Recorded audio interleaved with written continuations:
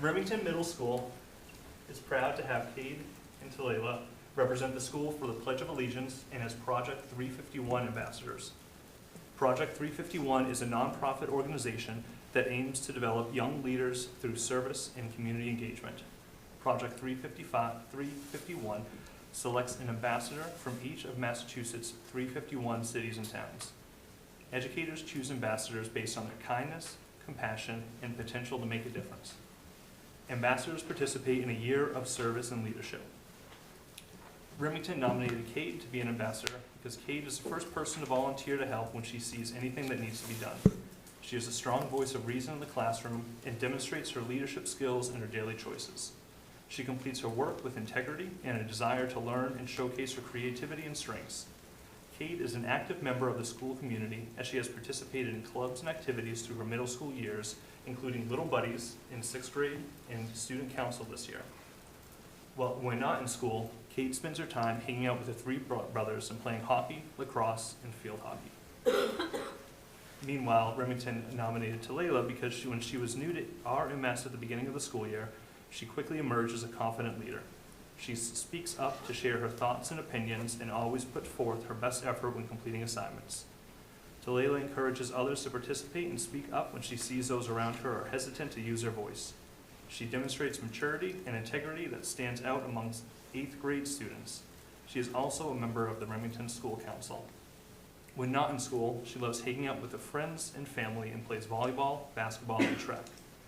Remington is proud of them both for their shared drive to put in hard work and see positive results. Thank you both very much for all the work that you're doing. You can all please rise with the Pledge of Allegiance. I pledge allegiance to the flag of the United States of America and to the republic for which it stands, one nation, under God, indivisible, with liberty and justice for all.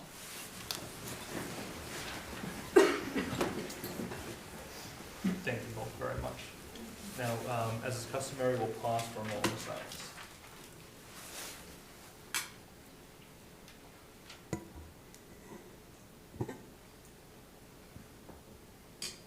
Thank you.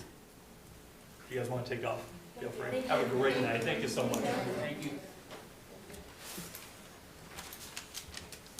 All right, routine business, review of agenda. Agenda look okay to everybody? All right, bills are in order. Payroll? It's in order. All right, FHS student representatives. So we'll start off with some news from the whole school. Parent-teacher conferences are being held on Thursday, November 14th in person and Friday, November 15th virtually. Connect for Cancer will be having a bake sale during parent-teacher conferences on Thursday, so be sure to bring cash and support and buy a treat. The freshman class had a successful class officer and representative election on October 25th, and congratulations to everyone who ran and those elected. A new school entrance has opened on the back side of the building for people who park at both the rink or are dropped off at the tennis courts. Students' ID will open this door and it is locked after 7:35. Middle and high school students are able to sign up for the Franklin Food Pantry's Pantry Elves, where students can give help to food to people in need. Sign up closes on December 2nd. The link is available on the FHS newsletter. Connect for Cancer is hosting a blood drive on November 21st from 7:30 to 2. This will be held outside of the community entrance, and all donors will be entered in to win 2 Bruins tickets for the December 7th game. You can sign up on the Connect for Cancer social media or in the upcoming newsletter. Walk-ins are also allowed. Registration for the Ski and Board Club ends November 14th, and it is a great opportunity for students who love skiing and snowboarding. The FHS Chorus had a Veterans Day performance yesterday at the Elks Club, and the Franklin High School Theater Company performed their rendition of The Outsiders. Moving on to sports, congratulations to our volleyball, field hockey, and girls soccer team on their great seasons, and good luck to our boys soccer team as they take on Xaverian away tomorrow at 6 p.m. The boys had 2 electric games in the first round of playoffs, both ending in OT, underdog wins over Algonquin and Brockton. Gymnastics and swimming will have their preseason meetings tomorrow after school, and girls hockey will have their preseason meetings November 18th. Family ID is now open for winter sports registration. You must be registered and have a valid physical on file on or before November 21st. And all winter sports will begin on December 2nd. For some news from the class of 2025, the senior class apparel store is now going to stay open for the rest of the year. The store has over 90 items, including some for our senior parents. You can purchase using the link on the newsletter or on the 2025 social media. We will also be hosting an upcoming bottles and cans drive starting after Thanksgiving break, with more information to come soon. For news for the class of 2026, they will be hosting their pie fundraiser was a huge success. Buyers will be able to pick up pies in the library after school 2 days before Thanksgiving. And that's it. All right, terrific, thank you very much. Thank you. Proud of you. Thank you. No, sad, thanks. Thank you for the updates.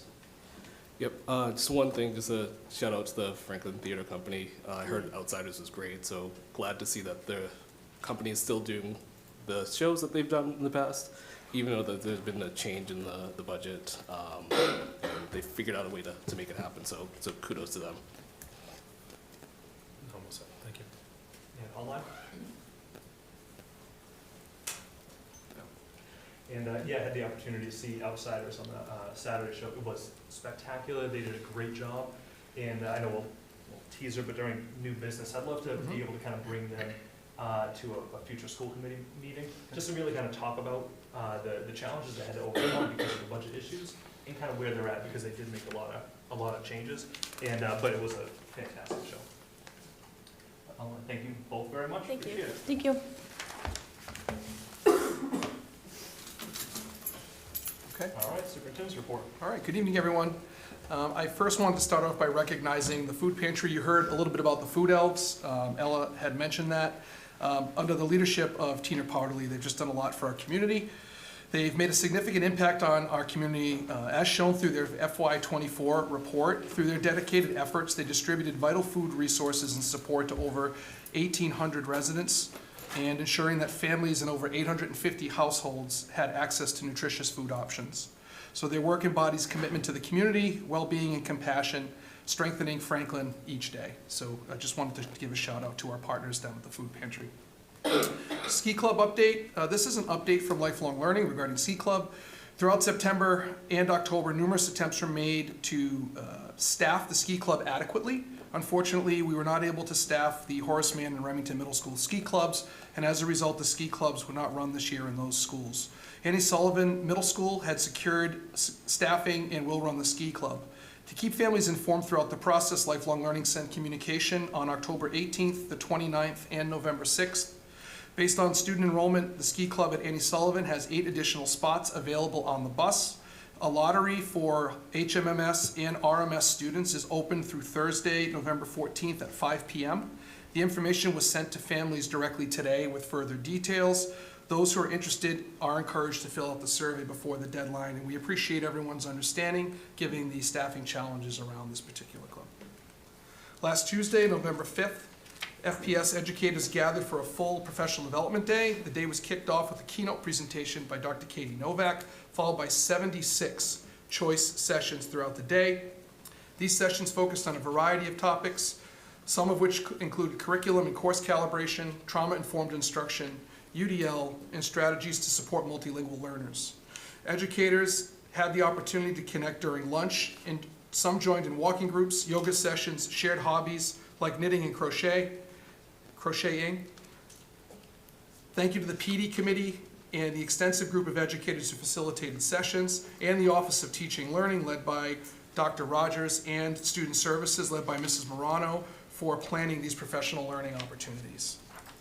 And finally, tonight, we have the pleasure of I want to make sure you didn't leave. We have the pleasure of recognizing 2 outstanding members of our Franklin High School senior class who have truly embodied the values of academic excellence, leadership, and service for their work through this Massachusetts Association of School Superintendents Award. Each year, the superintendent gets to nominate 2 students. Tonight, we are joined by our FHS principal, Dr. Maria Weber, who will assist me in presenting these awards to Ella Mahoney and Noah Gorgas, and she will read their nominations. Come on up. Surprise. Surprise. Hello. First, we'll start with Ella Mahoney. Ella Mahoney is a diligent student, a genuinely engaged individual, and a dynamic member of our school community with a multitude of talents.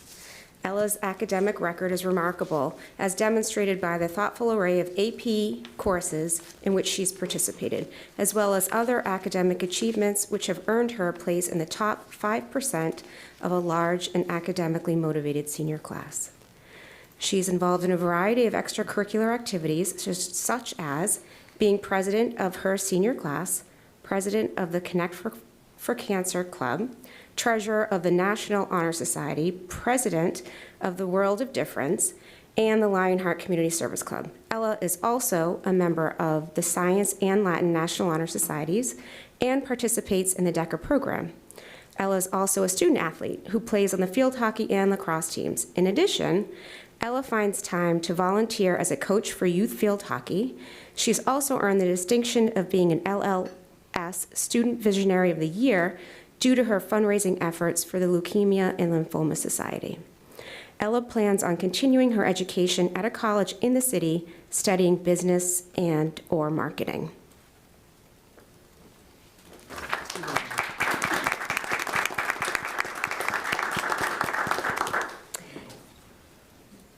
We'll read both and then we'll give you. Yeah, you'll get extra applause. Noah Gorgas. As the president of student government, Noah has become the face and mind behind many initiatives at Franklin High School. He demonstrates a tremendous leadership in his meticulous planning of events that help to make FHS great. I appreciate that a lot. In addition, Noah's academic record is impressive. After finding success in various courses throughout his high school career, Noah has earned a spot also in the top 5% of this senior class. Noah is also president of the Math National Honor Society and Science National Honor Society. He is a member of the Art National Honor Society and the Spanish National Honor Society. In addition to these academic organizations, Noah is also an active member of several clubs, including the DECA Club and the Red Cross Club. Noah is also a student athlete who participates on the track and tennis teams. Outside of school, Noah serves as the campaign treasurer for a town councilor and is a Project 351 ambassador. He also spends his time working as a summer camp counselor and a swim instructor. Noah plans on continuing his education in college to study architecture and political science.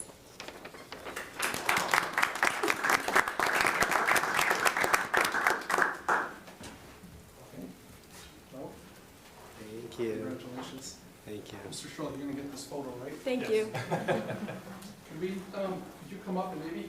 Yes. Get in and start center on you. Oh.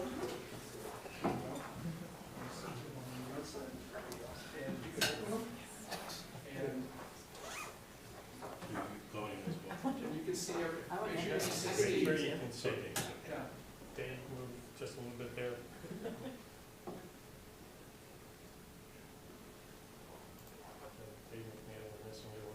Ethan, go maybe an inch to your left. Left? Okay. You update this website. Yeah. All right, thank you. Thank you. Thank you so much.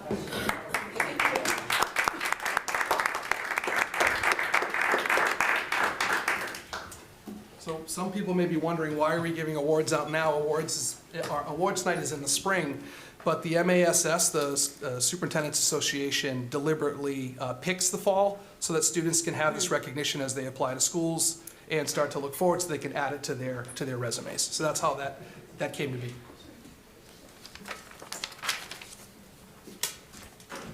It's always exciting to recognize kids.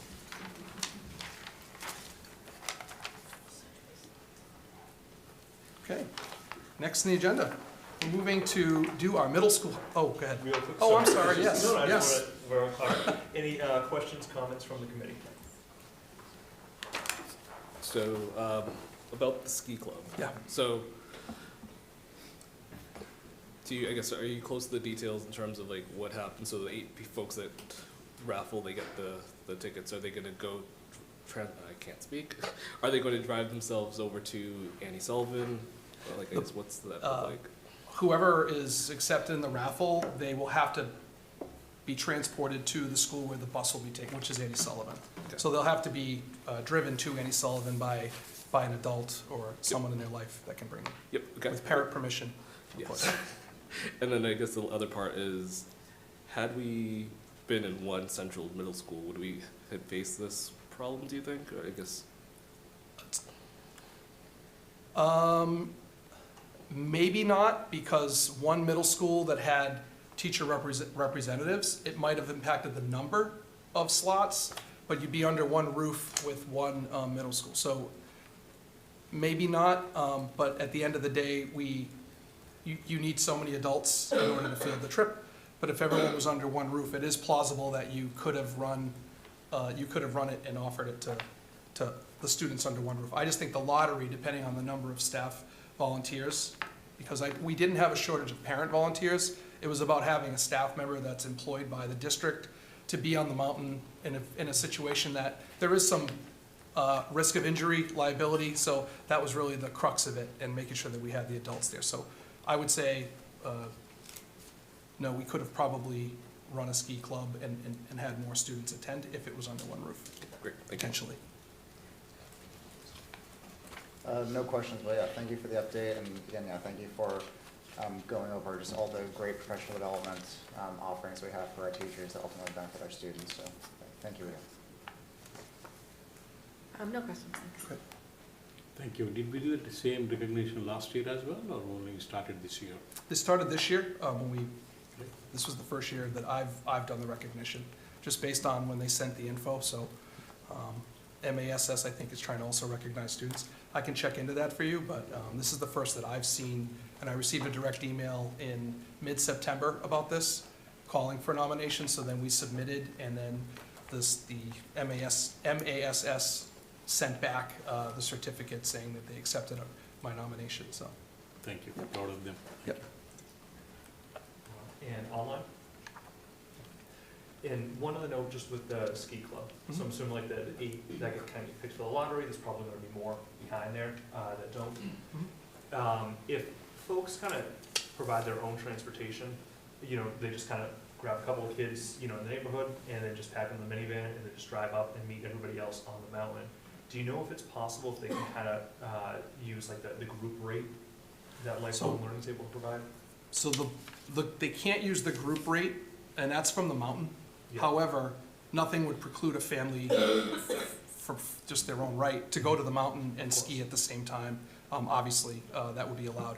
But they won't provide the group rate to individuals that are not part of a school club under the supervision of staff adults. So it kind of works through that channel. We did inquire about that because I think some folks in the community had reached out to Patty Gay about that, and she had looked into it with the mountain. So am I correct on that, Tina? Just your understanding?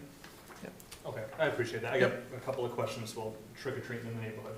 And Yes. that was one of them, so I just wanted Good question. to get that across. All right, thank you very much, I appreciate that. All right, so now guest presentations. Okay. Okay, this is the first of our highlights for the year. In the past, we've done a school-by-school highlight. This year, we've decided to do a joint highlight for our middle schools, and we're pleased to be joined by our middle school leadership team, who you will see here.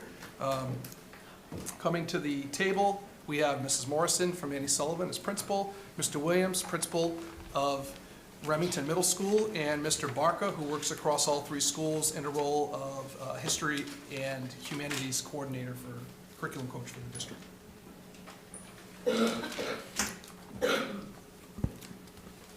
All right, thank you, everyone. We are excited to present to you some of the middle school highlights from Annie Sullivan Middle School, Horace Mann Middle School, and Remington Middle School. We focused on 3 aspects of things that are happening across all 3 to show that the unified steps that we're taking and have been taking over the past few years. So the first area that we're going to highlight is very exciting. We have after-school clubs again at the middle level. We were able to do this with the one-time funding from the town. It's definitely a smaller scale than what we've been able to offer in the past for a number of reasons. For funding, for student interest is definitely down, and staff interest is down to run these clubs. So on the screen you can see a variety. They're not all happening at every school, but all of these clubs are running in some capacity. Typically we survey staff first to see what the interest is and who is willing to be an advisor for the club.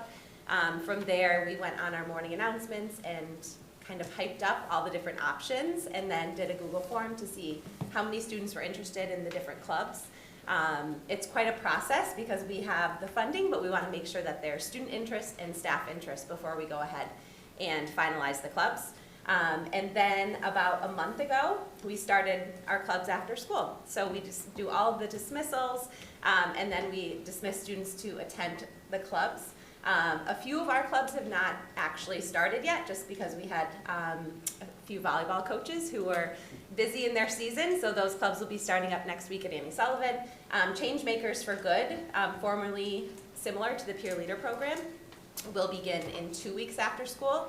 Today was their second day of training at Horace Mann. They do in-person trainings at for all three middle schools, and then they'll start the after-school clubs.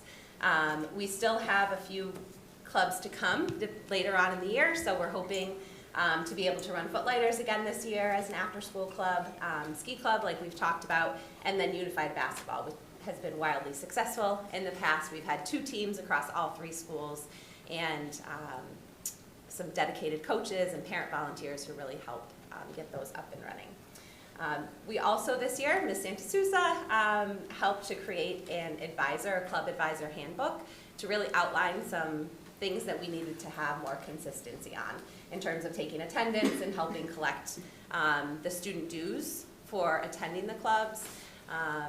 And so we're excited. It's definitely lower participation than we've seen in the past, but I think that's pretty typical as we're trying to rebuild and get back to normal.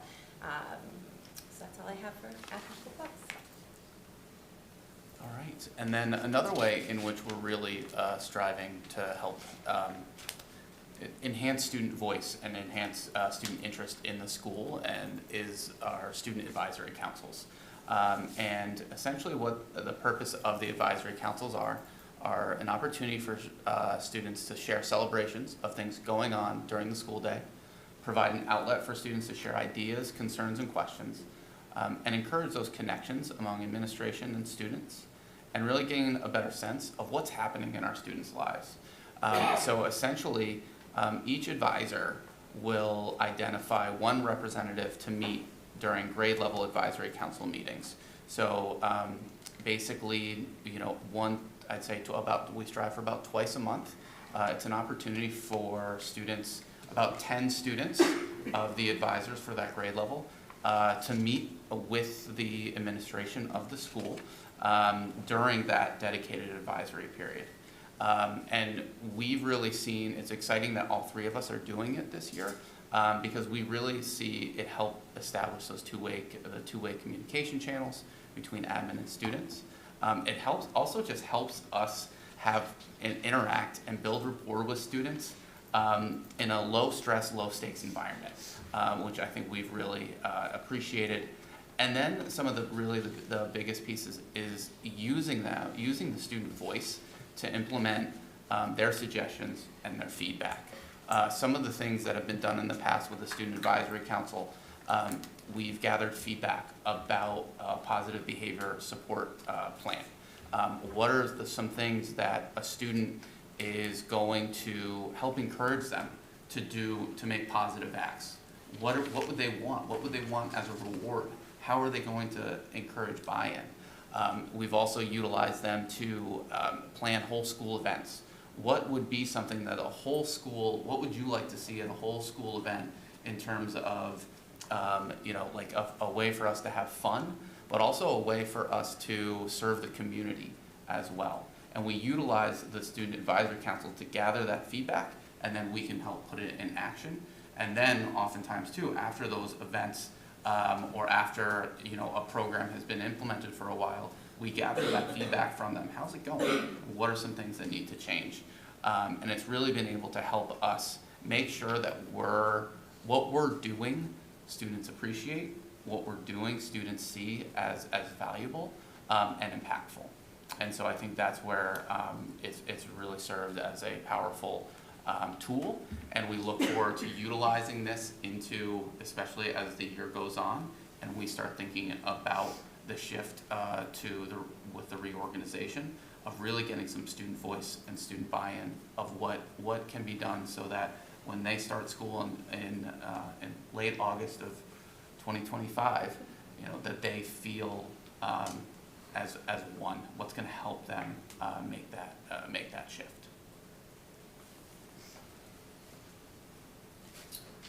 Hi guys, I'm going to talk a little bit about the curriculum and instruction supports that we have going on in the middle school.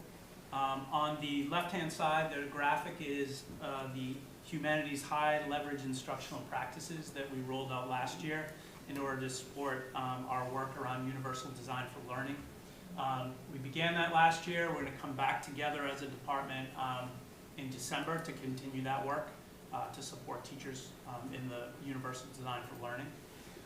We created a time and space for the teachers to unpack the units in our core programs so that they can work together by grade level to infuse their instruction to deliver to the students.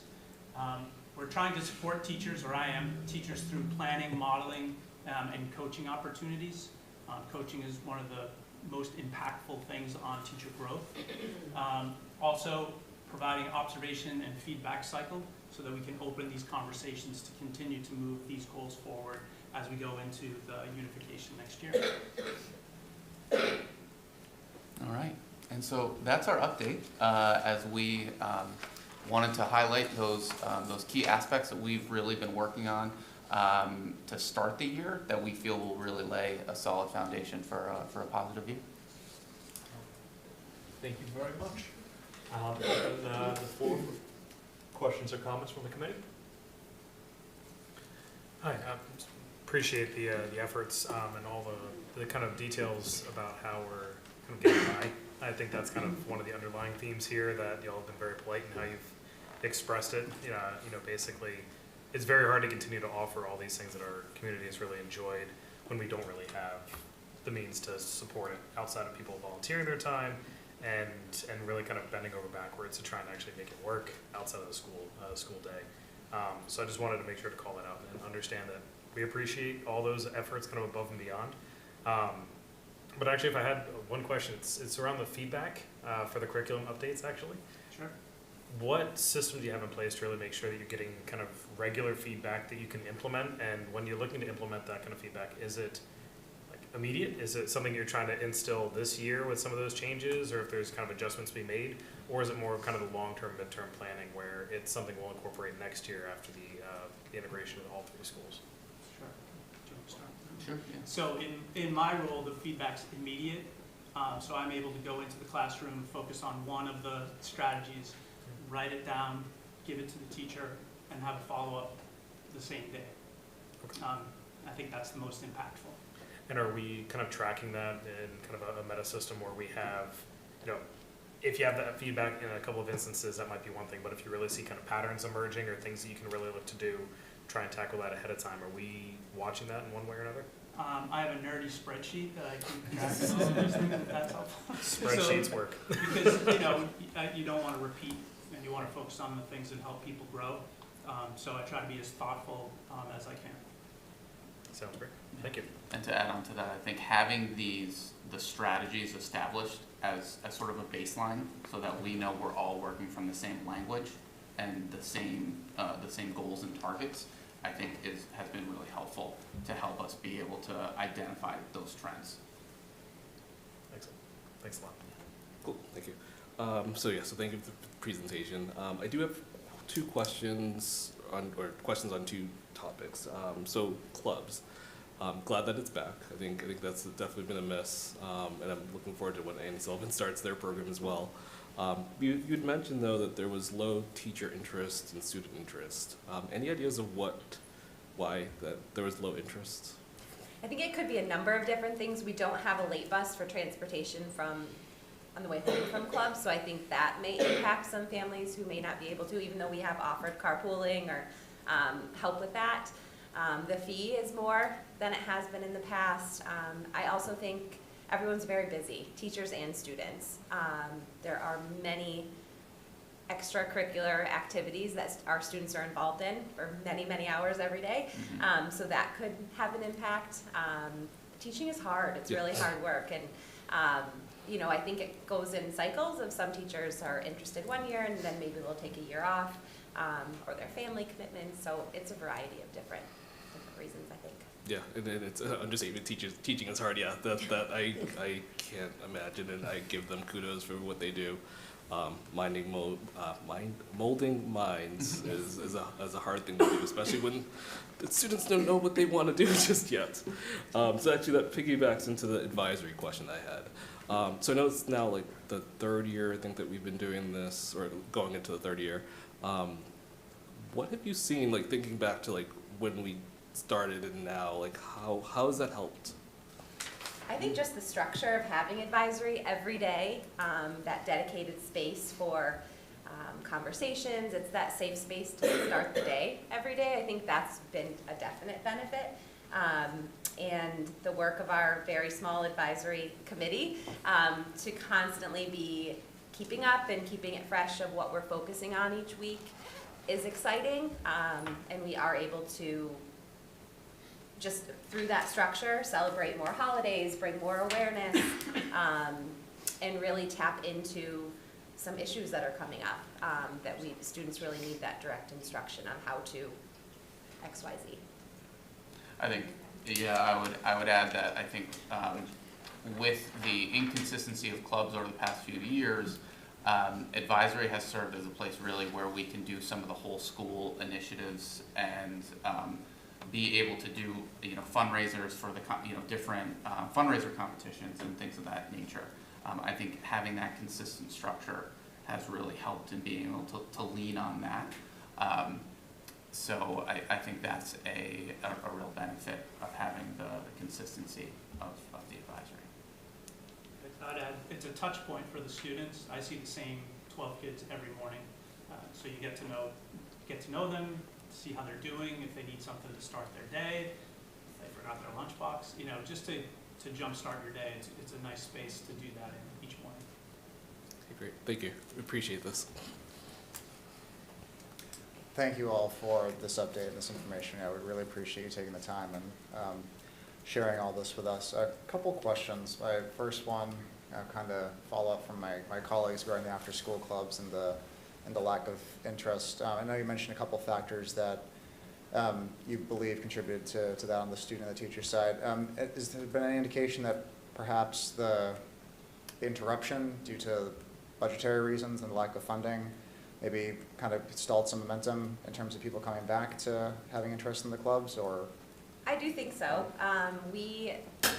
After we determined what clubs we were running with the set amount of money, I did have more teachers come forward saying, you know, what about this type of club? Or because we are trying to engage or provide an opportunity for all students to find something that they would like. So today at Annie Sullivan was Gamers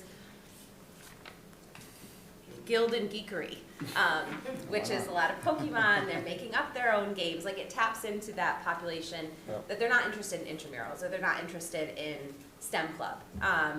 And so I think if we had more money, we could have offered more clubs and have kind of cast that wider net. We have done a good job of setting stipends, and so they're more consistent. We have like a scale of if you have a huge club that requires a ton of extra time put into it, then the stipend's a little bit higher versus just a weekly club for running for 10 to 12 students. So I think that factors into it a little bit more, and teachers, if they know they're putting in more work and it is a higher or heavier lift, then they're being compensated for it. That's just really hard to do when you have a set amount of money, and one club would then require more of that piece of the pie. Yeah, absolutely. I thank you for sharing that with us. And then also regarding the club, so next year when we have the single middle school, and you know, assuming if we have the funds to be able to provide for after-school programs, do you anticipate just by virtue of the fact that we're going to have a single middle school population, they'll be able to offer more clubs because there'll be a single pool of students to draw interest from? Yeah, I would anticipate so. I'm hopeful that that's the case. I think, you know, having, where, you know, we have an opportunity for, you know, one advisor to be able to, you know, gather this interest, to have the, you know, the guild, the Gamers Guild. Meanwhile, we'd be more likely to find, because we'll have more staff to do the STEM club, to do the intramurals, or if people need, hey, you know what, Mondays, every other Monday doesn't work for me, do you want to co-advise? So I just think it offers more of that opportunity and flexibility for our staff. And then I think with, you know, a population of 1,000 students, that's, you know, 700 or 650 more, you know, opinions and interests than in our current schools. So I think in our current structure. So hopefully the format will lead to our clubs really being revitalized, as well as really build some momentum, because I think that's part of it as well, is that I think like you hear stories about what each club can do and does do after school, and that it's the word of mouth. And if you have a club that's in place for multiple years, it becomes more attractive because the great things that club does, you know, really starts to spread. So I think that's the hope, that we can get that footing. Yeah, absolutely. That completely makes sense. That would, you know, hopefully be another positive impact from the redistricting. That exactly that, get a unified after-school club culture, and then with, you know, students interacting with each other and meeting with each other who otherwise would have never met, and with teachers that they otherwise would have never met. Hopefully, we'll get perhaps even new clubs, as you mentioned, with all new interests and ideas bouncing off each other. So, yeah, something to look forward to. We hope. Thank you. Yeah. And then regarding the advisory council, so is this the first year that we've had advisory councils in all the schools, or have we been doing that ever since we implemented advisory? I think we were able to, at Remington, start it around the time that advisory began. Okay. And I think Andy Sullivan and Horace Mann were able to get it off the ground. This year at Andy Sullivan, this is our first year of doing it. It's a great idea. So we've had one meeting so far with sixth graders. They have a lot of opinions about lunch. We're starting there. Yeah. There we go. That's excellent. And then, Mr. Williams, you mentioned that this is a good opportunity for the staff and administration to kind of get feedback and hear and get input from the students in the community, and take that feedback and turn it into initiatives that are done at the school. Could you mind just maybe giving an example of something that happened from the feedback? Yeah, absolutely. So we, a few years ago, wanted to establish a positive recognition program in ways in which, it kind of in a very similar way, Andy Sullivan has the mission cards, Horace Mann had the 5 pillars? 6 pillars. So it award, and we wanted to have something that was similar to it, but really build that student buy-in. And so we were able to do a variety of different brainstorms with the Student Advisory Council of what would make it attractive, what would make, you know, what would we want, what would help students be like, oh, I want a recognition. What should we call it? You know, what should it look like? Should it be virtual? Should it be something tangible? And so we were able to gather feedback from them. We actually, Ms. Champagne, our assistant principal extraordinaire, as well as one of our teachers, Luke Diaz, made a video with the Student Advisory Council explaining what the Remy card was, and then we were able to help launch that. So that was one of the ways in which we utilized the council.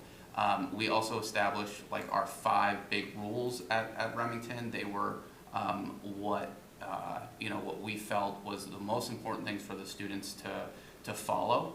And you know, as one of the stakeholder groups, we had we gave some of them we gave the students the draft rules, and we asked them like, what is this rule asking you? Is this a reasonable thing to ask a middle schooler to follow? And what would help a middle schooler follow this rule? And so that type of insight was extremely helpful to, you know, one, validate our thinking, like, okay, this is what we need, this is what will be helpful. And then it really just, the students then were able to, in their advisories, when we presented the rules for the first time, able to explain them to the, you know, to kind of take down some of the, what, you're telling us we have more rules to follow? But in reality, really help be sort of our ambassadors of the message. Yeah, well, excellent. Yeah, thank you for sharing that. It sounds like it's been a great mechanism for you to get that input and really truly inform yourselves about the best practices you want to have, but then also give the students opportunities to have their voices be heard in the ways that they're experiencing education here in Franklin Public Schools. So thank you for that, and thank you all again. Yeah, hi, thanks. Middle school's not for the faint of heart. So I'm reading The Anxious Generation for the second time. I'm like, I can't stop talking about it. So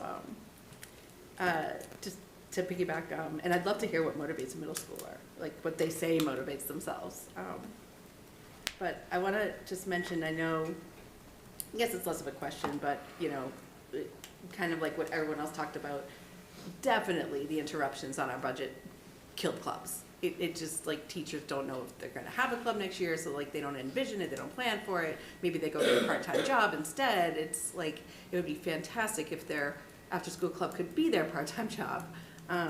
So I encourage you, as we build out this budget for next year, you know, I know that the town's looking at us like, hey, we're gonna save money by redistricting.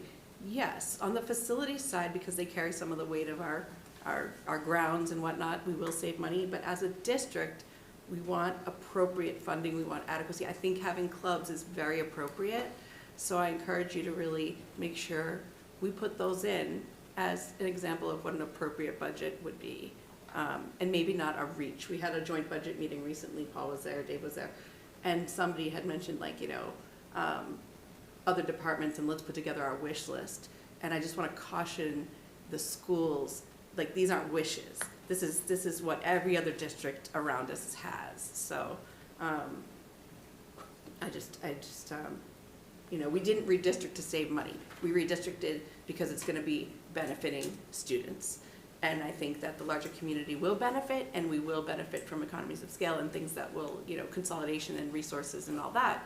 But this is an opportunity for us to make, to be a little bit more appropriately funding schools, and we're gonna do this over it again as a community. So, you know, have faith, have hope, keep people alive. I know it's gonna be a big move to keep people motivated as we're lugging boxes and everything around, so thanks for all you do. And you're right, word of mouth is how the kids find out about the clubs, because I hear from the parents whose kids are now in high school, like, oh man, my kids used to love the clubs and this and that, and like, and there were so many and things. So like, this is like the erosion, the constant erosion. So thanks, you're doing God's work. Thank you. Kudos to your efforts, and I'm glad to hear the feedback you just explained. Thank you. That's all I have. Thank you. And Erin? I don't have any further questions either, but just thank you so much for the presentation. Exciting to hear about the clubs and all the other updates as well. Thanks. Thank you all so much, everyone, for all the work that you're doing. It's fantastic. Really appreciate it all. If I could just give a shout out, we're joined by our entire middle school team. So when I look in the crowd, I see our principal, Miss Motti, Principal Horace Mann, Miss Santa Suso, the assistant principal of Horace Mann, Miss Danielle Champagne, who is the assistant principal, and 1/3 of the advisory committee. One half, we're down to a half she's the assistant principal at Remington, and Mr. Corey Cox, who's the assistant principal at Annie Sullivan, working with Mrs. Morrison. So just wanted to give a shout out to the entire team that came tonight, and the work they represent, this team presented is representative of the work of the entire group. So we just wanted to give them a shout out and thank them. Terrific. Thank you all so much. Really appreciate it. Thank you. It's just 1/2.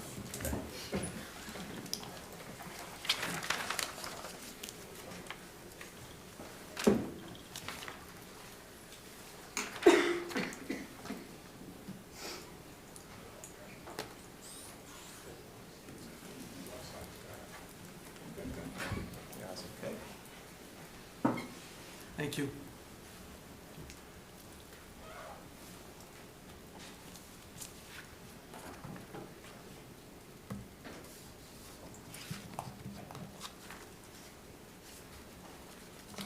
Okay, so next on the agenda, we have a reorganization update. As we have done throughout the school year, we are providing the most up-to-date information we have for the committee, the community.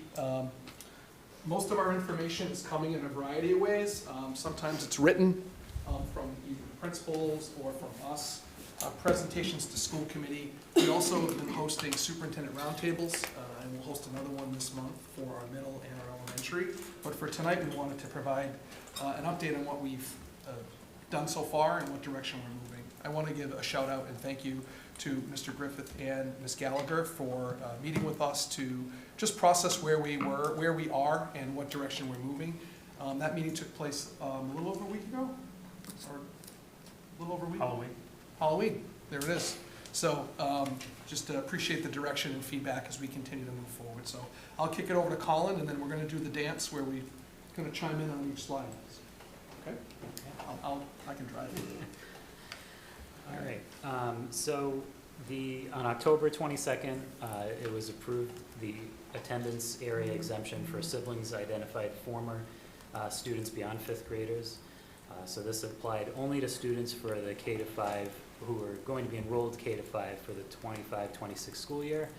Students would attend the selected school for the duration of their elementary school experience in Franklin, and as per school committee policy, transportation will not be provided to students who attend schools outside of their attendance area. So that's what was approved on October 22nd. So in response to that, we communicated directly with all of the families that fit that criteria, and an exemption form was sent out to families on October 25th and closed on November 1st. We had 28 families who responded, and the breakdown of students who decided to go from the south zone to the north zone are reflected on the table on the right. Families were then mailed a student assignment confirmation letter this past Friday in the mail to confirm their attendance assignment. So the breakdown of students where there's one kindergarten, 2 for 1st grade, 2 for 2nd, 3 for 3rd, 6 for 4th grade, and 15 for the 5th grade class for 29 students that would be moving north. This is the adjusted projected school and class sizes based on those students that are moving north. You can see here we had one section added for north for grade 2 in this model. Of course, will be based on budget figures to confirm, but for fitting our criteria, it would add one class section to grade 2. And these are our preliminary numbers. As we continue through the budget process, we're continuing to take all the data. The biggest piece was knowing, getting a commitment from those families that were identified so that we could start to build this out. So we'll continue to work through this as we prepare our budget models for you. So just a bit on staff placement. We've shared similar information with all of our Franklin Public School staff. So we've talked about prioritizing classroom teachers first, as when you think about master schedules and how schedules are built, they being the first to be prioritized. This was communicated at our most recent superintendent roundtable in October. We will share again. ESPs were also surveyed as part of this work, but we, every year, we let our ESPs know by the July 30th deadline of their final placement. So we want that information now to help inform as we move forward, but ultimately we still have the ability for that to shift and change. The trick with this work is trying to develop a budget, looking at enrollment, and then wanting to provide as much information to as many people as possible. And when I think about our staff, our goal all along the way has been to try to notify staff in a timely manner. We've made commitments. We're going to meet with the middle school staff. I'm going to be sending an invitation out tomorrow to join me by the end of November to come together. And ultimately what we are doing now is finalizing instructional leadership and student support team models, building master schedules, and you'll hear a little bit more about steering teams and whatnot that are happening. When we kick it over to Colin, he'll hit on the blue boxes at the bottom to try to talk through a few of these pieces. Sure. So staff assignments, we surveyed K-8 staff on their preferences as far as the grade span they wanted to teach and the location that they preferred to teach at and which one was their priority. We also are taking into account the seniority of staff and the licensure for what they can teach. This will be a collaborative effort with the FEA leadership regarding the placement process, but some of the factors that are being looked at for it are seniority, licensure, current grade or subject level that is being taught, and preferred position from the staff placement survey.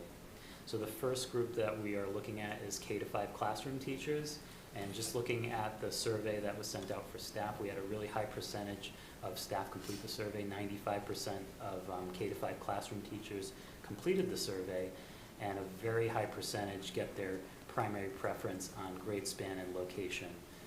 And still 92% receive both preferred grade span and location when you look at the number of sections we have right now and how it can kind of shuffle into place. So that leaves a very low percentage that didn't get their preference for grade span or location. So when you fit this into the bigger puzzle, as we look at K through 8 and try to look at placement, we made a commitment to letting placing staff. We're fortunate to be collaborating with the FEA around some of those pieces that are the compliance factors and some of the drivers of placement, but also looking at the schedules as a whole and trying to make the best decisions we can. So we're going to be sharing more information with staff in writing and in some upcoming opportunities to engage. But this is K-5, just to be clear. It's a simpler K-5 because of the classroom teacher assigned to a grade versus a rotating schedule like you have at the middle and the secondary level. It gets a little more complicated. So looking at staff and community engagement, the superintendent mentioned the level-based superintendent roundtables. Those will continue for middle school into November. In October, we met at level-based for pre-K, K-5, and then 6 to 8. There is a level-based committee, steering committee posted, and the committees will be scheduled to meet the week of November 18th. The first priority for the committees is going to be looking at the schedules, and there'll be a half-day professional development day in winter and spring where that will be more introduced to the broader school communities. So we've earmarked some of the professional development time to bring these school communities together as we identify and try to bring them together as either a unified school or a north and south elementary school. The other piece I would just mention on this is the level-based steering teams committees are made representative of teachers and educators from our current schools so that there's a voice at the table as we continue to look to plan and transition and work with our leadership team. So for community engagement, looking into winter and spring, there'll be some to be determined meet and greets and building tours that will be principal led, as well as some in the spring school culture and community development work that will be done. For JPCC, there was a meeting on October 15th. The next meeting will be November 19th. Al Charles is facilitating. Big highlights from the October 15th were discussing the structure of PCCs going into the reorganization.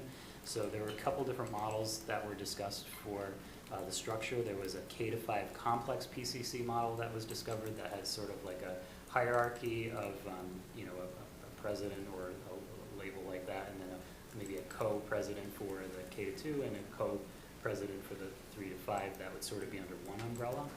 And then there was another idea of a separate K-2 and separate 3 to 5 PCC structure that was discussed as well. The PCC will finalize the structure this fall. Another discussion was about the fund distribution plan. At the middle school level, they will be combining funds into one, and in the elementary level, the funds will follow the students. So we anticipate to hear more about what the PCC has decided, the final decision. PCCs will be communicating directly with their communities on their decisions around this, but just wanted to kind of share information about what October 15th was. I will say it was a great meeting, I thought, with a lot of great ideas that were generated, so we're interested to hear where things are landing, and by the next meeting, hopefully we'll have a further update for everyone.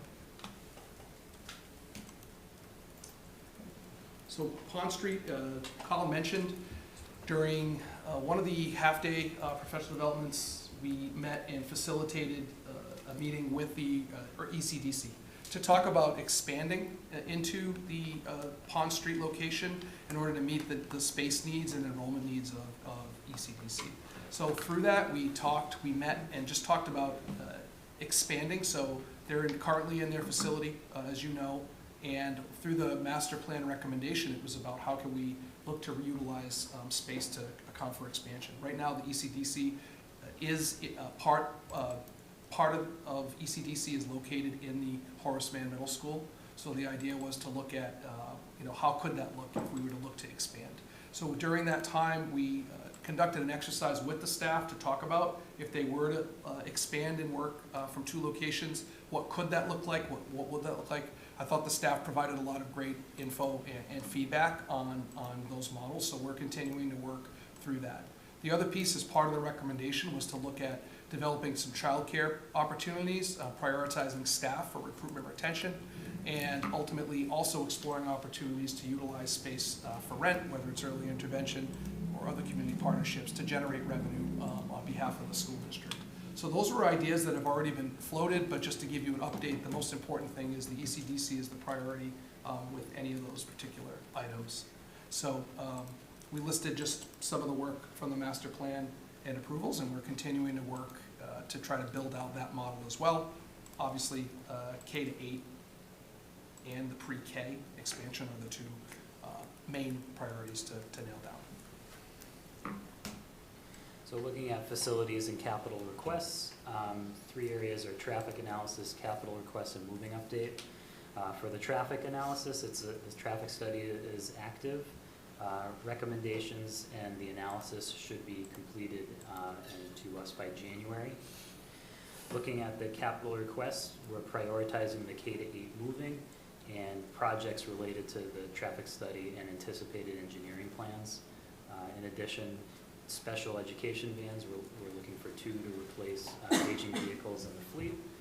And the capital plan will be finalized on November 22nd and will be recommended to school committee on the 26th meeting. For moving update, the building maps, right now we have an encouraging start on mapping classrooms for the move. Once the number of sections are finalized, we can kind of firm up moving plans of where furniture is going to be moving around the district and utilizing the best furniture that we have. The moving company is ready to move for the week of July 7th, and we have some staff training days that are scheduled with the moving company between March and April staff meetings. This will go over the overall process with staff and how it's going to work with the moving company. They'll talk about how to pack, label, and box items, and then there will also be a staff question and answer as well.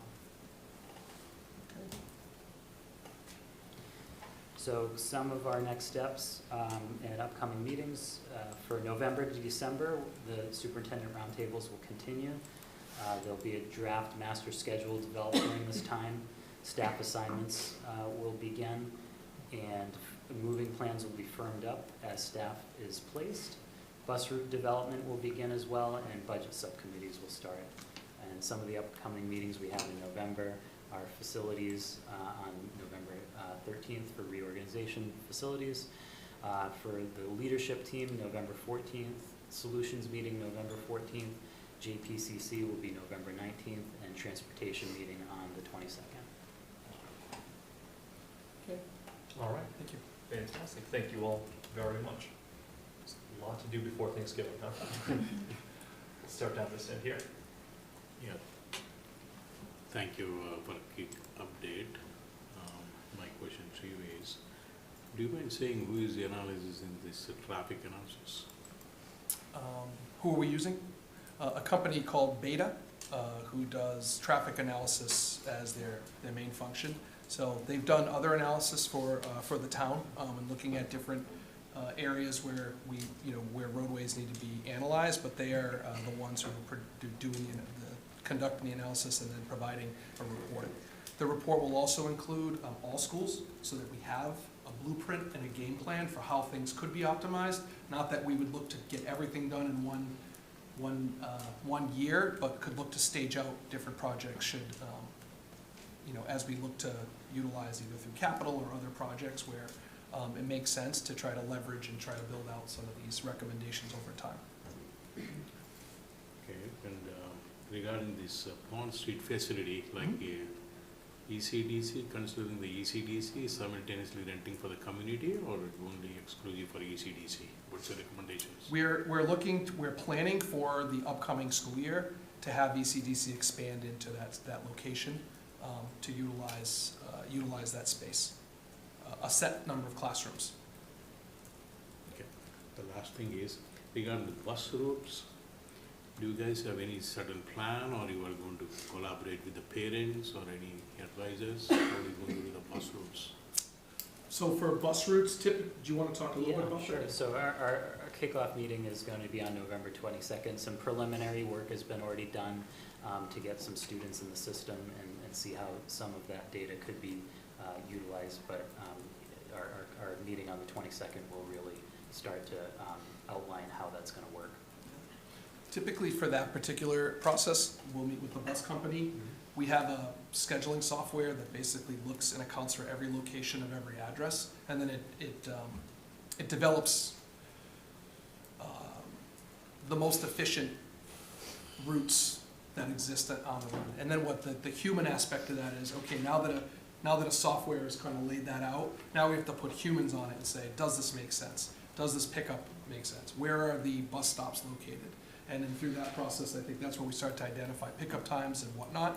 One thing that we've committed to, just based on what we've experienced, looking at Ms. Malati, through transportation, is trying to make sure that we provide the updates and the information available to families as we go through that process, just as part of just the after action of kind of how the fall went. We wanted to do better. I know that Colin and Jana have been already meeting to plan and talk through how can we put more forward-facing information that's easily accessible to families to kind of get a sense of, so that we can engage in communication with families regarding routes and stops and pickup times and whatnot.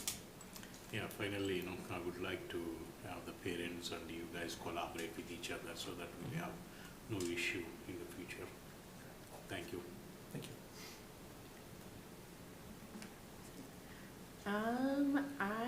So is ECDC going to completely move? No. That won't be in Horace Mann anymore? It's an expansion, it's Okay. not a move. The current ECDC was built in 2004, and it was purposefully designed as an ECDC school. Yeah. They are exceeding their ability to stay, Mhm.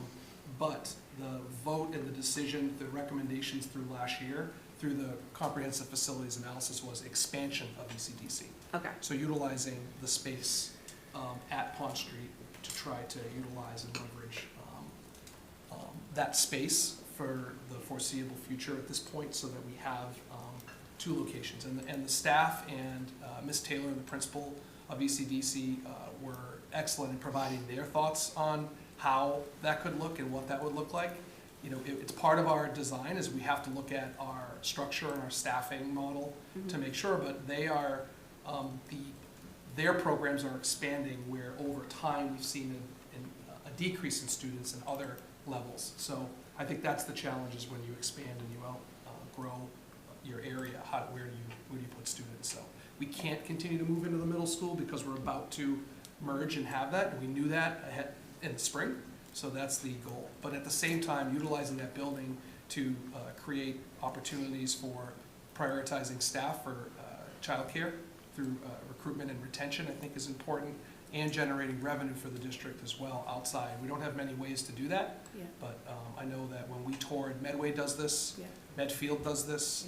I know that anyone here, you probably have a couple of other places in your mind where this occurs, but these particular, Millis these particular types of programs can be really beneficial, not just from a monetary standpoint, but from just providing opportunities. Who you rent to, do they support the children, do they support our families? So those are the ideas.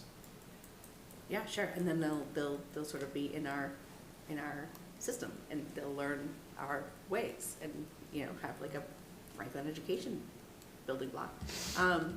And then the idea would be to expand that to perhaps other municipal departments, and that's kind of the, you know, the unifying message that the schools are bringing everybody together. When you're building out the budget model then to kind of come to the joint budget, will you build that in as like this expansion is part of what we're planning to do? Because it'll ideally be a revenue generator. So I would think like that would probably still be in like kind of the level service budget, given that we're outgrowing the ECTC. The budget will reflect what's needed to have, to operate. We also have, right now, our lifelong learning is in a classroom at Oak Street. Right. So I can see we have people and programs peppered throughout the district that could be better, maybe better served in a different location. I'm not suggesting they're moving, because, you know, we need to have conversations, but I'm just giving examples about how we're structured right now as a district, and I think there's opportunity to look at how we leverage and utilize all of the spaces that we intend to use as we move forward, for one. Two, we would look to expand. I also think for some of our families, I know in other, so we look at prioritizing our staff, other employees, but also there could be slots open for families as well, which some other districts have done as well.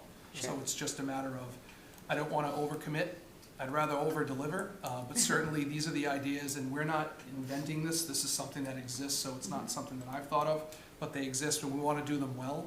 But I know that the priority for us is to make sure that our pre-K through grade 8 students are set, and we're ready to roll for the 25-26 school year with the goal. I do have a meeting on Friday about this, just as a follow-up. We didn't put it on the list because it's not as significant as the ones that are on the top right as far as the number of people or the decisions being made, but I'm fact-finding and gathering information and details so that we can make the best decisions we can. Yeah, I know just being out in the community, you mentioned it last year during the whole budget crisis, and people were pretty excited about it from other departments. So they're like, are you guys gonna do that this year? And I'm like, well, you know, there's a lot of moving parts going on right now, but that's like in an ideal world, that's like where we're headed, solving problems. I guess I don't really have a question, but I appreciate, you know, you were under a lot of scrutiny last year with like the redistricting and the parents and the community at large, and I'm glad to hear you're wrapping your arms around the district a bit and like taking care of the teachers, and you know, you always do, but you know, it's good that that's kind of the stage you're at. It's exciting to hear about that, because I do hear from teachers and they're enthusiastic.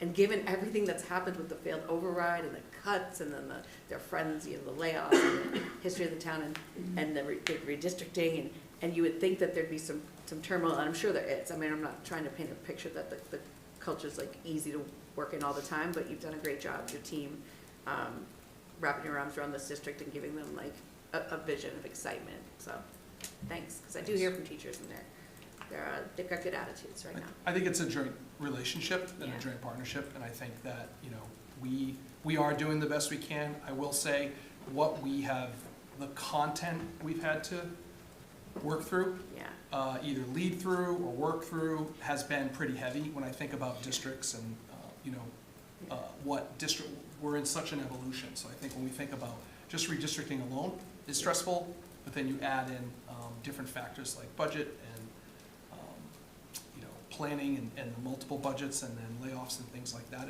It all starts to add up. I think it's a credit to the district, and I'm, you know, having been here since 2003, you know, anyone who's been around either that long or has seen a lot of evolution throughout our time, and I think I am, to what Mr. Williams said earlier tonight, there's a hope around getting to a more stable, so that we're not embedded in this work, but there still are decisions to be made too.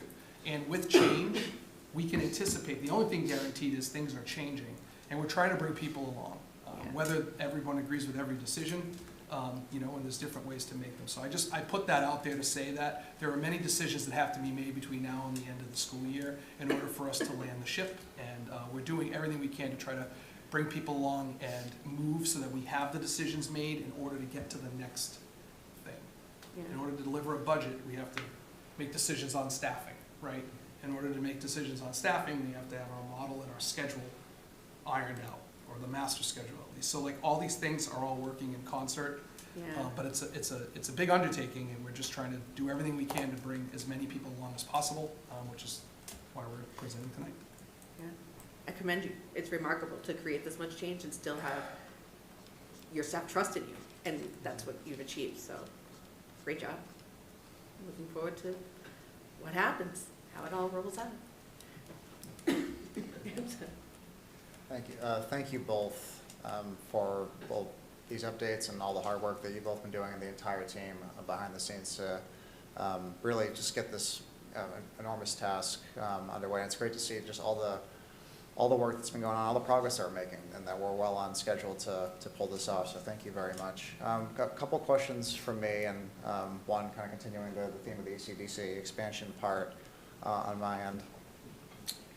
So you mentioned that we're looking to have the ECDC expansion in the upcoming school year, that online. So is the idea to have the initial expansion and then after that kind of in the following years see if we can expand more, or are we looking to just have the initial expansion and then pivot to the other uses for the building, and then after that see if we can expand further? Or how do we envision the expansion aspect going? So I'll just speak briefly, and Paul, if you want to chime in. But what I would say is we're looking to expand to account for the current classrooms that we needed to educate ECDC. We anticipate that there could be increased continued expansion. And what we know is we needed to do that in a different location than where they currently are. Yeah. So that's one piece. Two, I don't know what will happen with universal pre-K and how far that could be away. There's a lot of variables, so I don't say that out. I don't put that out as like it's going to happen next week, so that there's. Sure. I would not want to misrepresent that fact. But the idea is that that could be on the horizon. I'm not sure, but the decisions we're making today and that we made in the spring were an effort to say, hey, we're at a point where we're at a critical. Actually, I would say 2-3 years ago, I remember when Al Charles sat here on June 9th, 2022, and shared about the percentage over at ECDC and how that prompted the redistricting and looking at that analysis. And we needed to have a solution. And during that redistricting, we, at the end of that whole process, the decision was take a step back, analyze the whole district, and then come back to the table with some recommendations that could work. So that's what we ended up doing, and that's when expanding ECDC to Pond Street came to fruition. So I just think like we didn't go into this with that as our thought, but as we went through this process, that's how that played out. So that's the first thing. Two, I don't know what the ECDC enrollment will look like in future years, separate of universal pre-K, but ultimately we will have established a way to support the number of classrooms we need if we get that off the ground. So could it expand? Could other classrooms be used? Yes. We have the potential to do that. But we also would look to, at the same time, as I mentioned, try to generate some revenue with other spaces we have there for the reasons I mentioned earlier in the meeting. Okay, excellent, thank you. Just to ensure that I'm understanding. So our first priority is to kind of meet the existing demand, like over capacity issues that we have, and then kind of reevaluate and see what we can do in the future. And be strategic on how we expand, and I think that was the work that we did with the ECDC community. And I think there was an interest and a want and desire to stay together as a community, because I think that's important, and I just want to say that, let you know that the teachers, many advocated for that. But ultimately, the expansion was our way of looking at utilizing our current school and then the school, and that was part of the recommendation that was made in the spring based on the architects in the study. Excellent, yeah, thank you very much, and we look forward to seeing how it works out in the future, and then the expansion in the future, and as well as to know that there's very strategic, deliberate thinking going on in regards to this. So thank you for highlighting that as well. And then one more question that I had. I know in the teacher placement portion, you mentioned teacher seniority, how that plays into that. And I know in the past we've had some confusion, misunderstanding in regards to how teacher seniority plays regarding teacher cuts. So could you maybe just clarify a little bit how teacher seniority plays here regarding the placement? So with reductions in force, you look at seniority, the most senior teachers aren't reduced first. If a position's reduced, a senior teacher or a teacher with more teaching experience than another teacher who has the licensure can then, in essence, move into or bump into a position if their position's been eliminated and they are a professional status teacher. So that's like the bumping. We are working very collaboratively with our FEA and our union. We're both seeking consultation to make sure that we nail this and get the shifts correct and that we have shared agreement. So what I would say is there are some economies of scale just naturally when you think about, we've already seen it with our admin, when you think about 3 middle schools to 1, and when you think of 5 elementaries to 4. So there are some economies of scale, and we talked about this at the Joint Budget Subcommittee. But at the end of the day, we want to be as thoughtful as possible around staff assignments and placement, and having that schedule as far along as possible is going to be a key factor. So that's as much as I can share right now, but the concept is when it comes to positions, a more senior, we have a seniority list that we keep, and basically the way reductions in force work are, the most senior people are not the first ones reduced. There's some other pieces of language in there around the needs of the district, but ultimately seniority plays a big role. Thank you. Yep. All right, cool, thank you. So thank you for this update, definitely informative, and I'm looking forward to how things continue on. First thing I wanted to bring up is, I think with change, I think people fear the worst, and I was encouraged to see that you had said 97% of the teachers that they got their preferred location and grade for K-5. So I think that's phenomenal. I was surprised at that stat. I think that was one of the keep you up at night moments in the summer, was how would that shake out? I was surprised to see that number just work out, that people, Yeah, agreed, yeah. I think most people think, oh, they're gonna go take what I want, and that's not the case. People want what they want, and it's not like I'm gonna take somebody else's seat, so it's glad to see that has shook out to that level. Can you go back to the Davis Thayer slide, because I just want to bring this back. So I know our last meeting we talked about the approval, so we approved that the family, it was option 3, I'll just leave it at that. And we had, 54 students at that point. So it looks like, 39% of them said yes to go. So I think, once again, another one, worst case, everybody's thinking, oh yeah, everybody's gonna say yes, they wanna stay, and then that didn't pan out. So that was good to hear. And on the next slide that we talk about the sections, and one of the things that we had mentioned was there was going to be a cost of $75K because we would have had an extra section if all had said yes. So is there a financial impact as a result of this at this point? I'm gonna look it up from the previous one. It would be grade 2 of the last thing. So the grade 2 breakdown for North, if the sections are running from 18 to 22, they'd be an average of 20. Grade 3 through 5 obviously goes to 20 to 24. He's just checking the other sheet to see, just to be sure, so we can answer it. Okay, yeah, that'd be good to hear. Maybe it's not.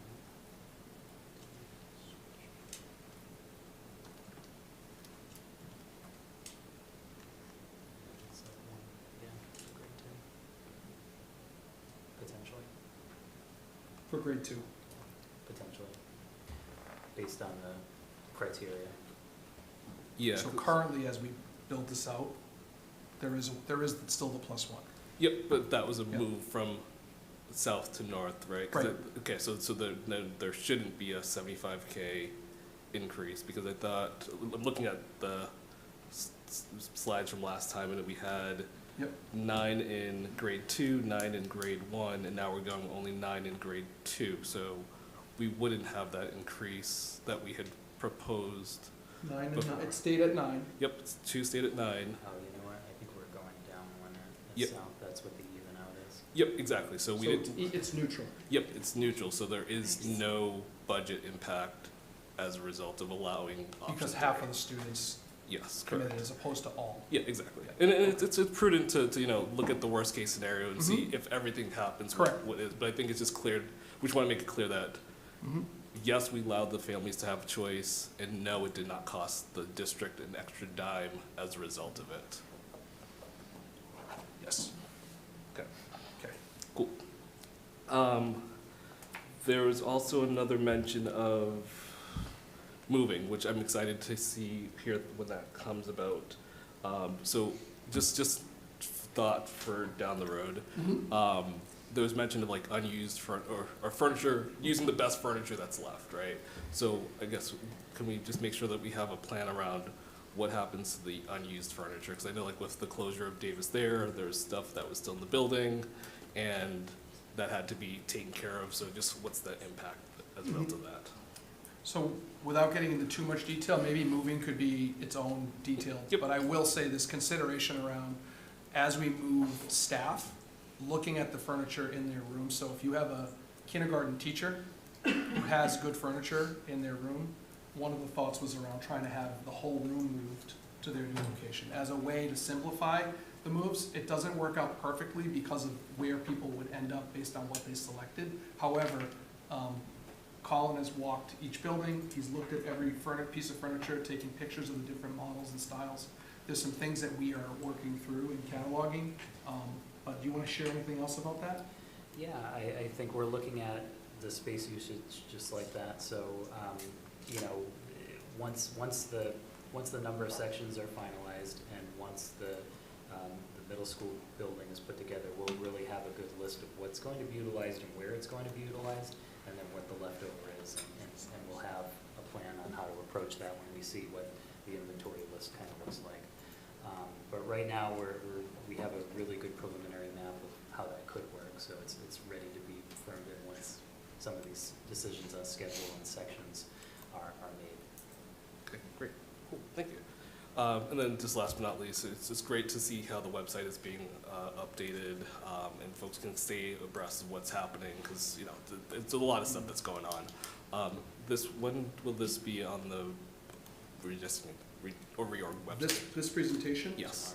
As soon as tomorrow. Perfect. All right, cool. Thank you. If not tomorrow, the next day. This week. Yes. Cool. Thank you. All right. I'm all set. So one of the first questions that kind of came up in my mind in looking at the capital budget conversations that y'all have. You basically put up, looks like there's a good number of things there. Do we have even a general range? Like, are we talking $1 million, $2 million, $50? Like, it's not prices, right? Yeah, like, there's no right. benefit for going under, but like, do we have an idea of kind of where we might be? So I don't have an idea at this moment, but the town administrator's typically given us a sense of what we can expect in a range for capital projects. That's one thing. This particular year, given the moving and facilities and some of the intersectionality of our departments, I think we need to get a little bit more information, which I know that will be provided. We have been working internally to try to get down on paper, as besides the move in traffic, just in general from the principals, what are some of the capital requests along the way. One piece you'll see in here, we put special education vans in here as just a tee up that you could expect to see that. We have had a process, Mrs. Morano's department and Mrs. Bazignani specifically has worked really hard to help us with controlling like the fleet and looking at our oldest vehicles and trying to work backwards. And we're at a point where last year we had to pause on replacing some of our oldest special education vans that had some rot and things like that. So fortunately, we were able to purchase a van recently through working with our technology department on some technology needs that were shifted through the approval of the town administrator to get one that was basically going to fail an inspection. We've moved from there, and now what we're trying to do is get back on a cycle. So these two get us back into a better rotation where we want to be, and we're trying to be as creative and solution-oriented as possible across the district.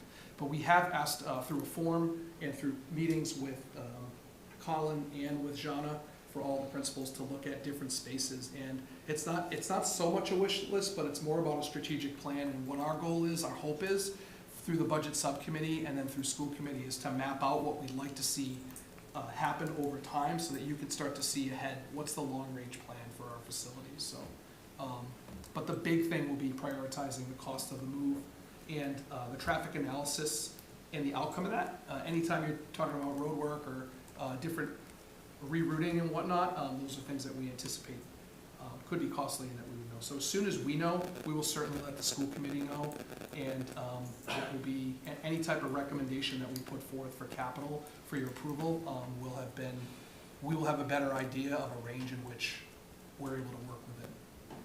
So. Sounds good, thank you. Yep. And then actually speaking about long-term planning, looking at the Pond Street facility, I was Yep. really excited to hear that, we're looking to continue that kind of utilization. I'm looking forward to hear more about that plan. Yeah. Kind of the long-term view, and I understand that we're talking a ways out, like that part is clear. But when we look at kind of how we could potentially position things in the long run, it sounds like there might be kind of a balance between ECDC and then potentially kind of the childcare side of things. Mm-hmm. Do we have a plan or really kind of a priority system in place? Like obviously if universal pre-K comes around, there's a bit of a different, Right. less of a choice, I understand that part. But in the absence of that, do we kind of have a plan where it's like reinforcing ECDC, providing some additional structure, and really building that out, and then eventually moving forward, with kind of the other side of the plans? Or is it kind of, if we can do both, we will? I mean, I'd like to say if we could do both, we will, but we are trying to prioritize to make sure that we get ECDC situated and settled as just part of our educational program before we move to putting in new programming that needs to be lifted off the ground. I'm trying to be sensitive to the bandwidth of our team and trying to make sure that we follow through with the initial recommendations. And I think the more immediate need is to make sure that ECDC is established in both locations and running and operating at the way in which you all, my team, and the community have come to expect with our early childhood program, which is excellent and has excellent educators. That said, if there's opportunities to also work and get a child care program off the ground based on models that already exist, we're not afraid to get into that work. I see it as an opportunity, like I said, as you've seen through our staffing reports. If there's ways to recruit and retain staff, I think it only behooves us to try to get that model off the ground. And also, based on talking to other districts, the revenue we can generate can defray costs that we otherwise would not have a mechanism to necessarily fund. And those are just some of the things. So I think there's a motivation to want to do it, but there's also a prioritization of the current programming that we're offering, and frankly, making sure that successfully transitions from the smooth. Sounds good.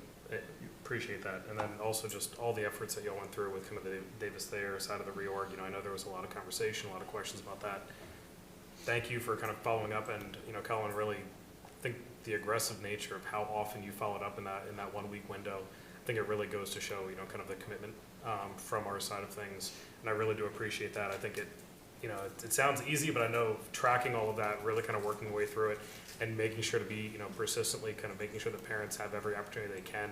And from my understanding, we really put it all out there time and again. I do appreciate that, and wanted to make sure to call attention to how kind of above and beyond that was. It wasn't one email went out and good luck coast until the end. Like you really kind of made sure that everyone had as much time and information as they could. So thank you for that. And I was glad to hear that we had a significant uptake, and I think really the compassion that some of us were able to show and being able to kind of give a voice to members of the community. I know we always talk about having people reach out and speak up, and to really make sure that people see that does have an impact, that there really is a purpose behind it. It's not just sending emails with no response. Mm-hmm. So I was glad that we were able to give that opportunity to feed people, and that the people that were really interested in kind of that long-term decision were able to do so. So thanks again for all your efforts in supporting that, and just kind of helping bring the information forward. So thanks a lot. And Aaron? Thanks so much for the update. I feel like most of my questions have been gone through. I think with just one kind of follow-up on the ECDC side, you know, my understanding is that before its current space, ECDC had experience operating between two different buildings or spaces in the past. When that comes to potential, you know, families might be split with kids in two different locations for preschool. Obviously, that's a big consideration for families. Do you have a sense of kind of when more information might come out about how the structure might be? You know, what classes you're looking to move over to the other building, just so that families can kind of begin to wrap their heads around what that could look like and plan for their next school year? I think that's a great question, Erin. We have information from potential models that the ECDC themselves would recommend if we were looking at expanding and having programs in two locations. I don't have it tonight, but I can tell you that it will be part of a follow-up update that I think we can continue with our cadence of sharing with our liaisons, which are you and Paul, and then with the committee at large. I think more conversation needs to happen with Mrs. Morano, myself, and Ms. Taylor as principal to kind of talk through. But I was encouraged by just the ECDC staff and their willingness to explore and brainstorm options and see what would be best, as they know the students the best and how the program could be. If these were the guardrails and you had to work within them, I just applaud them for the work they did. We will share that information and provide it. Colin has been developing a story map similar to the K-5 for ECDC. So as these decisions are made, we're envisioning letting them have their own story map so that people can log in and scroll and get a sense of the data and get a sense. He's also talking about a story map for transportation, and I want to commit you to that, buddy. So we see some value in sharing that. So I think decisions still need to be made to communicate, but we'll be sure to do that as well. That sounds great, thanks. I don't think I have any other questions at this point. All right, thank you very much.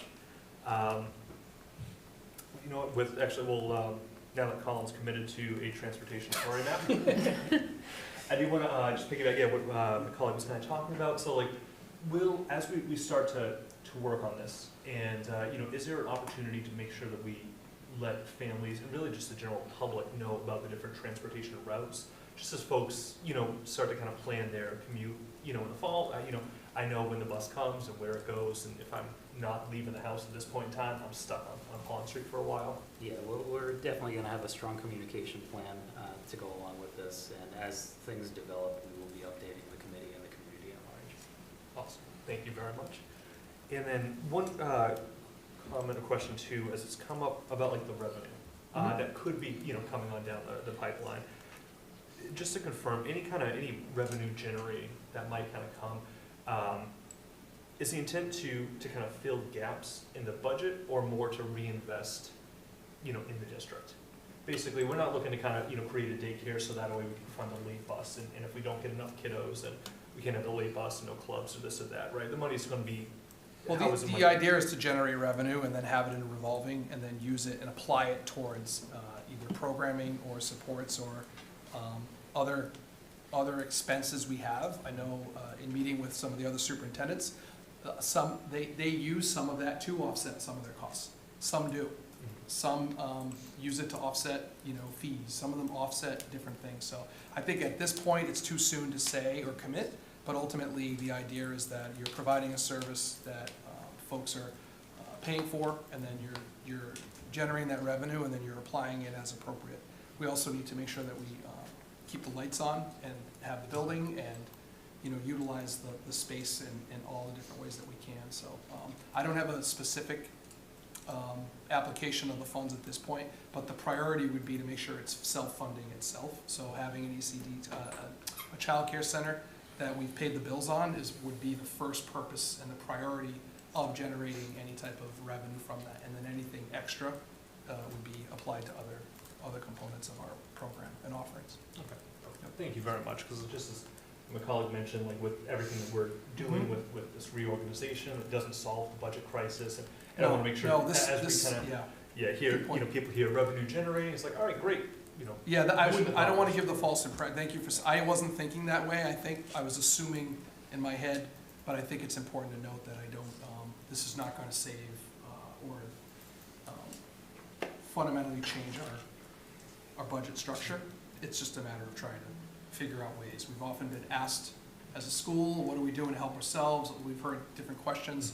These are ways, you think outside the box, but we've talked about what do we do for kids with that? How does that impact kids in a positive way? So that will be our priority once we've paid the bills. That's fantastic. Thank you, and we have tremendous work that's gone on into this. So thank you all very much. Thank you.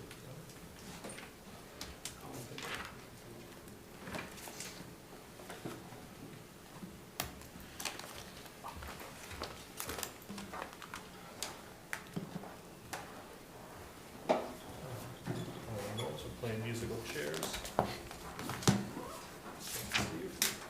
But then we'll go into discussion action items. We've got a couple of policy second reads coming up for adoption.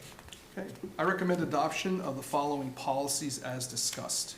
AC, non-discrimination, ACAB, harassment, including sexual harassment.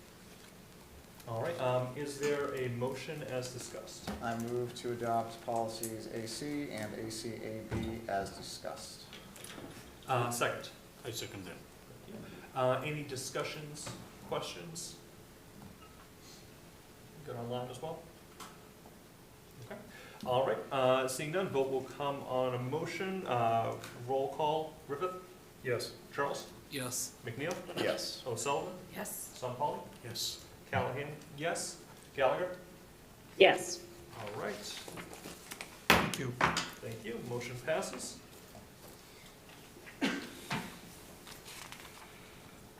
Okay. There's no discussion, only items tonight? All right, perfect. Then on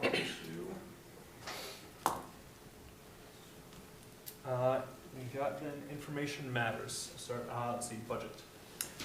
Budget, the joint budget subcommittee meeting met on October 23rd. We had an update from the town regarding projections for fiscal outlook, as well as from the schools regarding a little bit on reorganization and what our fiscal year 26 is looking like relative to both this year and last year regarding level service. So, please, if for anyone in the audience or online who didn't get a chance to attend or watch, do absolutely recommend going back and taking a look at the information. And it's going to be great to continue to tune into those conversations as we discuss recommendations for school finance and town finance, and have an informed decision regarding an override in the coming months. So please stay tuned to that. I know we're trying to get another one on the books for next month before the holidays, which is, there's a date being floated. I don't know if it's confirmed yet, but please stay tuned for that. Just, if I could just tag on through the Absolutely. chair. Ms. Bellotti has been working on a budget priorities survey to go out, just to get stakeholder feedback around that. So I'll just, Shauna, do you want to talk a little bit about what you're working on? Sure. Good evening, everyone. So we did put together a survey in the form of Google form, very simple, with the help of Dr. Dutch. He put in a document together. I got all the budget priorities, questions that I am planning to share with the community, all stakeholders, families, staff, students, of the community tomorrow morning. It shouldn't take over 10 minutes to reply to the survey. So we are planning on leaving that survey on for a week and gathering that information, the data, to make sense of it, to present on our November 26th budget subcommittee meeting. And future workshops, budget workshops with school committee, this data can be shared as part of those meetings to discuss what the data presented. And we thought it would be helpful as you all meet to think about your priorities for our budget and what you'd like to see and what the drivers are. We thought having feedback from staff, from families and from all of you would be helpful. Thank you. Awesome, thank you. And yeah, as was just mentioned, we'll be having a meeting on the 26th and really working as well on a budget workshop for the entire committee, as was mentioned, so shared priorities, so stay tuned for that. Fantastic. Can I ask a question about that? Any way, so it's just going out to parents, stakeholders, this survey? And we're sending it from the district. Since it's only open for a week and since I think this is so critical to next year, if we can, you know, maybe I'll check in with you if it's not being widely, you know, participated, maybe we can have the principals shoot it out sometimes if it's a more local kind of. Yeah, that sounds good. Just encourage participation. Thanks, yeah, sorry. Okay. And what about superintendent evaluation? No updates at this time. Okay. All right, policy. Policy is kind of, you know, coming down from the state and federal right now, and a little bit boring and wonky, but necessary. So I don't have very exciting things to talk about, but, you know, you can shoot me emails. We're trying to make like a list of things that'll help, you know, impact the district in positive ways, especially with the move and things. So, you know, feel free to let us know. We're making a list, but right now we're sort of just going through the motions of what's necessary. So next meeting is December 10th. Okay. Community relations. Our next meeting is on November 19th, next Tuesday. Okay. And joint PCC? Yep, JPCC. So as Superintendent Jagir and Colin had mentioned in their presentation, we had met last month. Our next meeting is on the 19th. At that point, we will be awaiting what the results are from the PCCs in terms of what they want to do for structure. Part of the agenda will talk through next steps and path forward, and just timing to tighten things up. I have a question on that. With that structure, are the schools, regardless of which structure they kind of go with, is like north and south looking to kind of mirror each other, or is it going to be? It's up to the PCCs. Okay. So they're just kind of. Yeah. So we've suggested to keep it similar across both, but at the end of the day, the PCCs make the final decision. Okay. All right. Thank you very much. Let's see. School reorg liaisons. So we were able to have a meeting, as was alluded to, on Halloween. I think that went really well, getting a good update as to kind of where things are moving. The fact that timelines are all pretty much are progressing as expected. The big thing we're waiting on now is the traffic update, which is basically out of our hands. You know, it's being completed by Beta. And as soon as that's done, we'll be able to, you know, take some actions on that and then really be able to communicate that more to the community. I know everyone's very anxious about that. Other than that, I think everything's looking pretty good. We have another meeting later this month. We'll be able to update the school committee at that point. School wellness advisory. Slide. Next month, December 3rd. All right. And what about mental health? We actually met this morning. So really exciting. We have some PSAs that are finalized. They're videos of kids kind of talking about things that are impacting them in their mental health, and we're going to be sharing those out through the newsletters that the principals send out, and then kind of sharing it with, you know, Franklin Matters, and just trying to get it out as much as possible. The first one's about the academic pressures, which I kind of laughed when we gave like the awards today, because I was like, wow, like this is like the things that these kids are doing are amazing. But it's also their self-reporting that this is like the biggest stressor of their life. And then our second one that will be launched pretty soon is about gambling and how students are now gambling on phones and things, and parents aren't aware of that. So there will be some handouts that we are preparing for the teacher conferences on Thursday and Friday. So just keep an eye out for those. And there's always really, the team of people that are in this mental health task force are like, they're lights out. They're just comprised of community members and parents and educators and guidance counselors and students, most importantly students. And it's a really insightful group. So the messaging that's coming out of that group is is definitely worth listening to, just to try to reach parents and kids.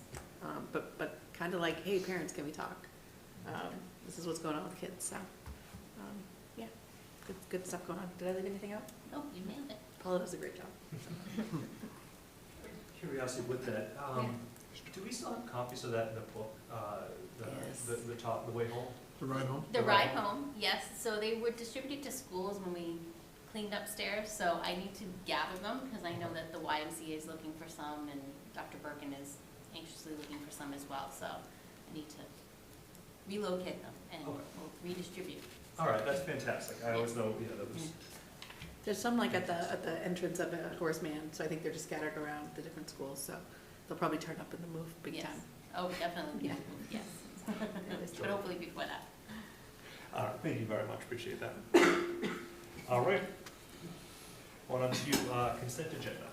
I recommend approval of the minutes from your October 22nd, 2024 school committee meeting as detailed. I recommend acceptance of $1,050 from the Franklin Volleyball Boosters and Franklin Soccer Boosters for field trips as detailed. I recommend the acceptance of $2,320.44 from the Keller PCC for field trips as detailed. I recommend acceptance of $1,000 from Remington PCC for in-house enrichment as detailed. I recommend acceptance of $2,000 from the Oak Street PCC for field trips as detailed. All right. Is there a motion to approve the consent agenda as detailed? Move to approve the consent agenda as detailed. Second? Second? Discussion, questions? All right, seeing none, vote will come on a motion. Griffith? Yes. Charles? Yes. McNeil? Yes. O'Sullivan? Yes. Sonapoli? Yes. Gallagher? Yes. Callahan, yes. All right. Motion carries. Good of the order. Questions, comments, items we brought up? All right. Citizens' comments. Are there any citizens in the audience, in person or online, who would like to make a comment on an item not on tonight's agenda and falls within the committee's purview? Go ahead, you know the drill. Thank you. Steve Sherlock, 13 Magnolia Drive. I had to stop and think. It's been a year already. Amazing how time flies. A couple of things. Certainly thank you. One of the words that I was picking up a few times tonight and in prior meetings is bandwidth. So I know the resources are stretched. You're running a district and you're redistricting the district at the same time. It is thoroughly appreciated, at least by those who know. And if you know, you know. Anybody who's moved, it's a lot of details. And speaking of the t-shirt, yes, I dressed appropriately tonight. Thank you for that. The two public announcements I was going to make, there's an audio podcast this morning that was released. It'll be on the radio tomorrow, touting the turkey trot coming up with the food pantry on Thanksgiving Day. The second part of the radio show tomorrow, 11, 2, and 8, I believe, is a joint, two separate chalkboard chats. That timing made it enabled to put them together. So it's almost an hour of Dave and Dave getting details on this various topics. So in case you didn't listen enough here, you have an opportunity to do that as well. So thank you for the opportunity. Thank you very much, Steve.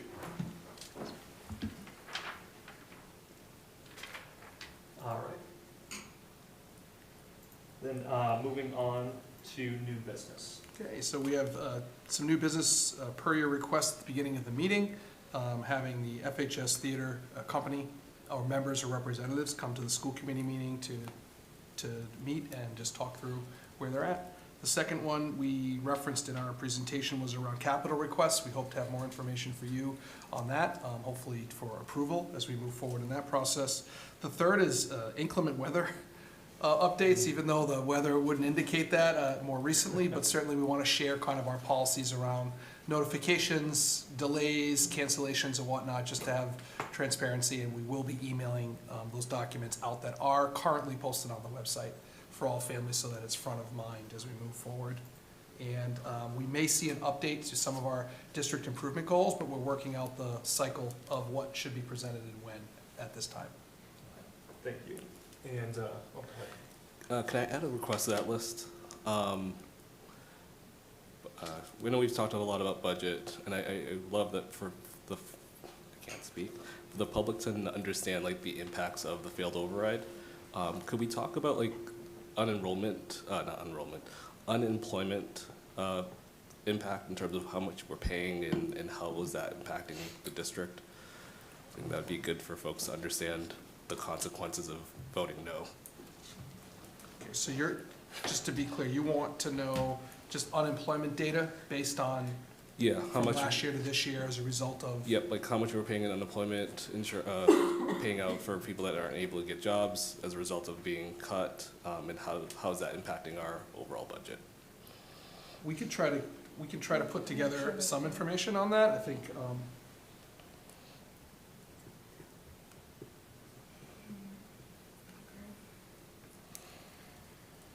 Okay, so we could provide some data for you. Okay, thank you. At the next meeting, once we were able to verify a couple of things. Thank you. Okay. And we also, at some point, I know Al went to the MASC conference, and so if we can kind of coordinate, maybe have like an opportunity for you to kind of share what was going on at the conference to the rest of the committee. Sure. That would be fantastic. Sure. Awesome. All right. All right, so now we will be adjourning to executive session and will not be returning to open meeting pursuant to Mass General Law, Chapter 30A, Section 21-2, to conduct strategy sessions in preparation for negotiations with non-union personnel, or to conduct collective bargaining sessions or contract negotiations with non-union personnel. Is there a motion to adjourn into executive session? Move to adjourn to executive session. Second? Second. All right, roll call vote. Griffith? Yes. Charles? Yes. McNeil? Yes. O'Sullivan? Yes. Paul? Yes. Gallagher? Yes. Callahan, yes. All right, thank you, everybody. Thank you. All right, thank you, guys.